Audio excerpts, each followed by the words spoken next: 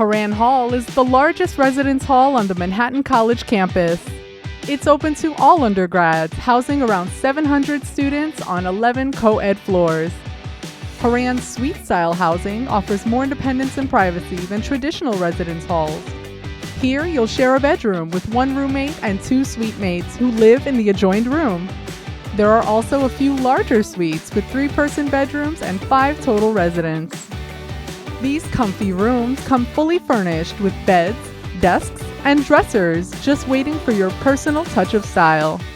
You'll also enjoy free Wi-Fi, cable TV, and air conditioning. When you're not hanging with your suite mates, explore your floor for laundry, private study rooms, and a common area where you can make even more friends. The common areas are flexible spaces to study or hang out. With a whiteboard, tables, couches, and a flat-screen TV. You'll also find a kitchenette and dining area for your culinary needs. Check out the first floor for a meditation room where you can go for some quiet reflection time. And don't forget to stop by the recreation room where you can play billiards and foosball or get a snack from the vending machines. Come make Horan Hall your home away from home.